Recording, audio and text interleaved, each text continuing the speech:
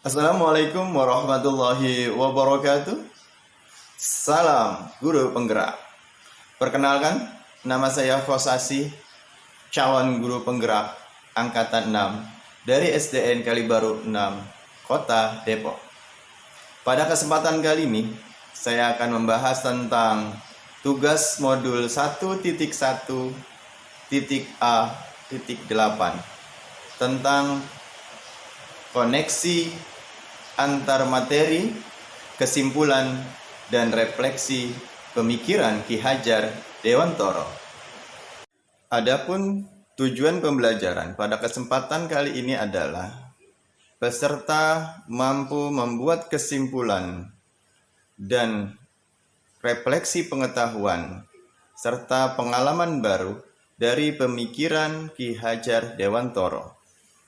Pembahasan pada kesempatan kali ini kita mulai dengan pertanyaan pemantik.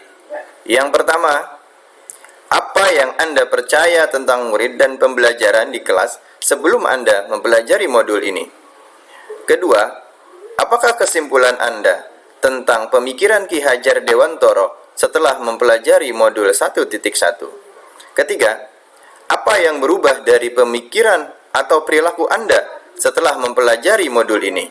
Keempat, apa yang dapat segera Anda terapkan lebih baik agar kelas Anda mencerminkan pemikiran Ki Hajar Dewantara? Pemantik yang pertama, apa yang Anda percaya tentang murid dan pembelajaran di kelas sebelum Anda mempelajari modul 1.1? Yang pertama, teacher center. Saya percaya sebagai guru mampu merubah murid di kelas melalui pembelajaran di kelas, sehingga guru menjadi paling dominan, atau teacher center, merasa paling bisa, merasa paling pintar di kelas, sehingga yang terjadi adalah proses transfer pengetahuan, merasa senang jika murid tidak mampu menjawab soal dengan benar. Yang kedua, tidak memperhatikan karakteristik anak. Saya memandang semua anak sama, sehingga dalam pembelajaran, saya tidak memperhatikan perasaan siswa, bakat dan minat siswa, cara belajar siswa, dan tidak memperhatikan kodrat anak.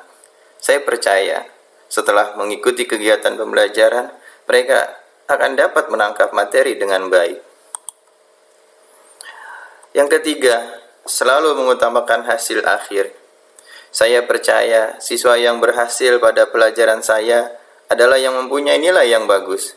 Jika murid telah mencapai KKM, pembelajaran sudah berhasil. Saya hanya mengajar bagaimanakah siswa mampu mengerjakan soal-soal dan dapat menjawabnya dengan baik. Nilai terbaik adalah target utama. Yang keempat, memberikan hukuman. Saya percaya dengan memberikan hukuman, perilaku anak akan berubah. Hukuman akan selalu teringat jika murid akan melakukan kesalahan. Hukuman akan membuat murid berhati-hati dalam melakukan kegiatan.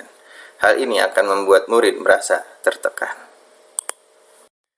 Selanjutnya, kita akan menarik kesimpulan setelah kita mempelajari modul 1.1 dari pemikiran Ki Hajar Dewantara. Ada beberapa kesimpulan yang bisa kita ambil dari sekian banyak pemikiran Ki Hajar Dewantara. Yang pertama adalah pendidikan adalah menuntun segala kodrat anak.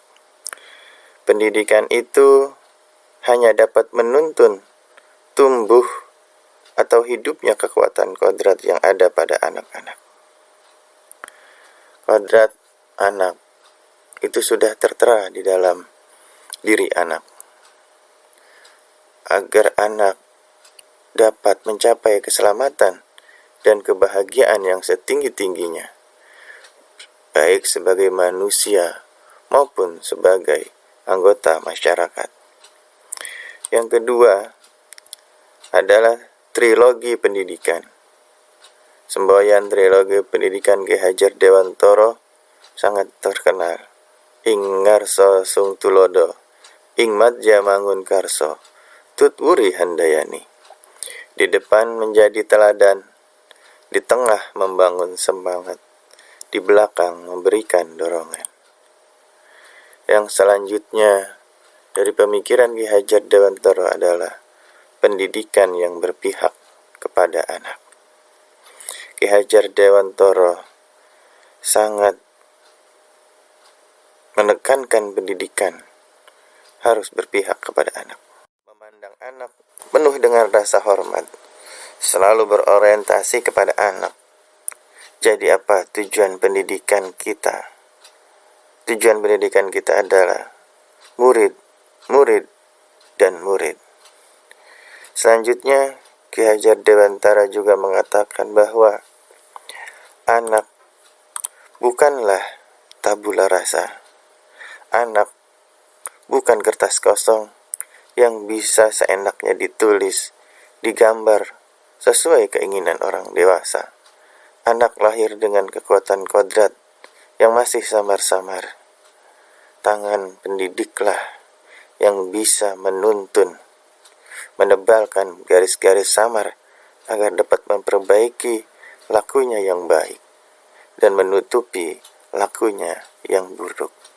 Selanjutnya, pendidikan harus sesuai kodrat alam dan kodrat zaman. Kodrat alam adalah di mana anak itu tinggal, di mana anak itu bermasyarakat. Kodrat zaman adalah kapan anak itu hidup. Jika sekarang, ajarkanlah anak itu sesuai dengan kebutuhan pada zaman sekarang dan yang akan datang. Yang selanjutnya, pendidikan harus sesuai dengan kodrat anak. Anak mempunyai kodratnya masing-masing. Yang kita ketahui, kodrat anak itu adalah merdeka dan bermain. Ciptakanlah pembelajaran itu dengan kemerdekaan dan penuh dengan permainan. Jadikanlah sosial kultural masyarakat, kebudayaan daerah, salah satu media pembelajaran. Dan yang terakhir adalah pendidikan harus menerapkan budi pekerti. Budi pekerti terdiri dari dua kata, budi dan pekerti. Budi artinya cipta, rasa, dan karsa. Pekerti artinya tenaga atau raga. Ada olah cipta menajamkan pikiran, ada olah rasa menghaluskan perasaan, dan ada olah karsa memperbuat kemauan, serta ada olah raga menyehatkan jasmani. Pendidikan harus dilakukan secara holistik dan seimbang, sehingga pendidikan akan menimbulkan kesempurnaan budi pekerti yang akan membawa manusia pada kebijaksanaan. Pertanyaan selanjutnya adalah apa yang berubah dari pikiran dan perilaku saya setelah mempelajari modul 1.1. Tentunya banyak hal yang berubah dari pemikiran dan perilaku saya. Yang tadinya awalnya saya menjadi guru yang teacher center, saya akan berusaha untuk berubah menjadi guru yang berpusat pada murid atau student center. Saya berusaha merancang pembelajaran yang berpusat pada murid, guru menjadi fasilitator yang menuntun murid dalam belajar, membuat siswa lebih aktif, kreatif, inovatif, dan kolaboratif dalam belajar, menciptakan permainan dalam pembelajaran yang membuat anak termotivasi dan sangat senang dalam belajar. Yang kedua, saya akan lebih memperhatikan karakteristik anak. Saya akan memandang semua anak punya potensinya masing-masing. Tidak ada anak yang sama, bahkan sekalipun anak kembar siam. Sehingga dalam pembelajaran, saya akan memperhatikan perasaan siswa, bakat dan minat siswa, cara belajar siswa, dan akan sangat memperhatikan kodrat anak yang suka bermain. Selanjutnya, saya juga akan mengutamakan proses dan tidak selalu untuk mengejar hasil yang baik. Saya berusaha untuk mengutamakan proses pelajaran yang baik. Saya percaya proses yang baik akan menghasilkan hasil yang baik. Tidak menekankan anak untuk mengejar KKM. Pembelajaran disesuaikan dengan kemampuan dan kodrat anak, karena setiap anak mempunyai perjalanannya masing-masing. Yang selanjutnya, yang keempat, saya akan lebih humanis. saya berusaha berubah lebih baik untuk melakukan pendekatan kepada anak dengan tidak memberikan hukuman, merubah perilaku anak dengan contoh tauladan dan tuntunan, serta mengarahkan anak pada perilaku yang baik, mengingatkan dengan dialog dan diskusi, berusaha menimbulkan pemahaman perilaku yang baik dan buruk pada anak. Pertanyaan selanjutnya adalah, apa yang dapat segera Anda terapkan lebih baik agar kelas Anda mencerminkan pemikiran Ki Hajar Dewantara? Ada beberapa hal yang ingin saya terapkan setelah mempelajari modul 1.1. Yang pertama, menerapkan pembelajaran yang selalu berorientasi kepada murid atau student center. Yang kedua, melakukan identifikasi siswa, pemetaan kebutuhan belajar murid. Yang ketiga, menjadi guru penuntun yang mengayomi murid dan berusaha menjadi pamong. Yang keempat, merancang pembelajaran yang menyenangkan, berbasis kemerdekaan dan permainan.